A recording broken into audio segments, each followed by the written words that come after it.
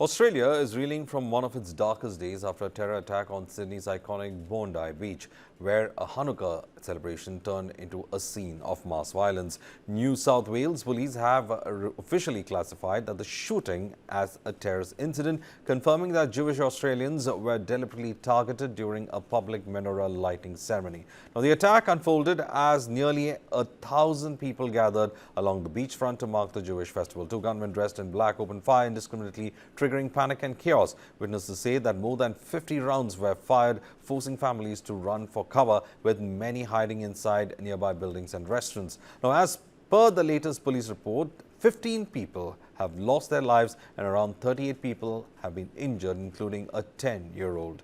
Of the injured, 5 remain in critical condition. 2 police officers are also shot while engaging the attackers and are currently serious but stable. Police clarified that the attack was carried out by a father-son duo. One attacker, a 50-year-old, was shot dead by the police. His son, 24-year-old Naveed Akram, was critically wounded and taken into custody. Akram is of Pakistani origin and is believed to have studied at the Hamdard University in Islamabad. Australian authorities have also confirmed that Akram had recently lost his job as a bricklayer, a detail now being examined as part of a wider investigation into his background and possible motive. Police continue to stress that the probe is ongoing and are working to establish whether the attack was premeditated and if the suspect had any links to extremist networks. Investigators later discovered an improvised explosive device inside a vehicle linked to the attackers, significantly raising concerns about the scale and intent of the planned assault. What we saw yesterday was an act of pure evil. An act of anti-Semitism, an act of terrorism on our shores in an iconic Australian location, Bondi Beach, that is associated with joy, associated with families gathering, associated with celebrations, and it is forever tarnished by what has occurred last evening. This was an attack deliberately targeted at the Jewish community on the first day of Hanukkah, which of course should be a joyous celebration, and the Jewish community are hurting today. Today, all Australians wrap our arms around them and say, we stand with you. We will do whatever is necessary to stamp out anti-Semitism. It is a scourge and we will eradicate it together. What's really important is to say that we do have a 24-year-old male in hospital at the moment. Based on his medical condition, it is likely that that person may face criminal charges. I'm very mindful of not prejudicing any prosecution of that person if they're put before the court. Can I just say, I have reiterated this message several times in the past press conferences. This is a time for calm. Retribution or acts against any part of any community will not be accepted. We will have a significant policing presence. This is a time for the community to come together. This is a time that police will take action to make sure the community feels safe. This is not what we expect in New South Wales, these types of actions. What we saw yesterday is abhorrent. We have taken firm action. We are keen to make sure the community now heals. World leaders have condemned the attack. India's Prime Minister reiterated India's zero tolerance for terrorism. The United States strongly denounced the violence and expressed solidarity with the Jewish community. US President Donald Trump condemned the attack.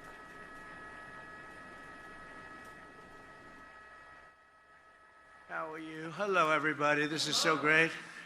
And before we begin, however, I want to just pay my respects to the people. Unfortunately, 2 are no longer with us. Brown University, 9 injured. And 2 are looking down on us right now from heaven. And likewise in Australia, as you know, that was a terrible attack. And that was an anti-Semitic attack, obviously. And I just want to pay my respects to everybody. Meanwhile, Israeli Prime Minister Benjamin Netanyahu condemned the attack and criticized Australian Prime Minister Anthony Albanese, alleging failures in addressing rising anti-Semitism and protecting the Jewish community in Australia. On August 17th, about 4 months ago, I sent Prime Minister Albanese of Australia a letter in which I gave him warning that the Australian government's policy was promoting and encouraging anti-Semitism in Australia. I wrote, "Your call for a Palestinian state pours fuel on the anti-Semitic fire. It rewards Hamas terrorism.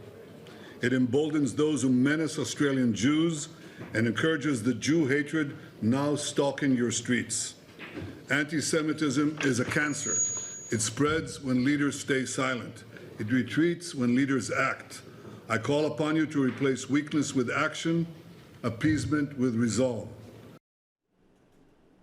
Former England cricketer Michael Vaughan narrowly survived the attack after being caught in the chaos. Vaughan was in the area at the time and took shelter inside a restaurant where he remained locked in as the gunfire and panic spread outside. Now, as the nation mourns, authorities have increased security around religious sites nationwide while investigations continue into the motive net of this entire attack, the networks that are behind it, and any wider threats linked to this terror attack.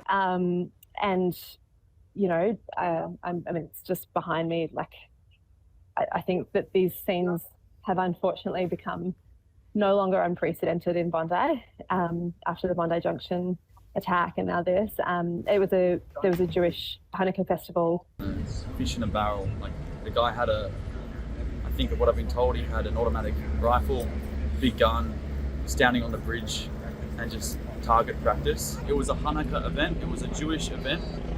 It was full of grandparents and grandchildren celebrating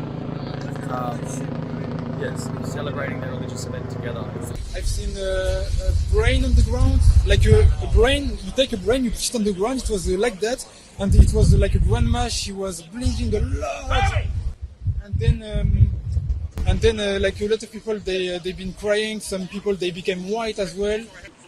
And at the time I was on the FaceTime with my family from back home, and I just was sat watching a bit of YouTube and on FaceTime to them, and I just heard what sounded like fireworks going off, and it was just multiple going off.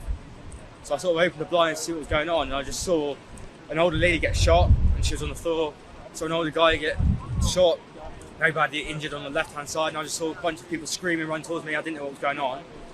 At the time, as I said, I was on FaceTime to them, so they were just shouting and screaming, saying, you know, get cover. So I ran to my front door,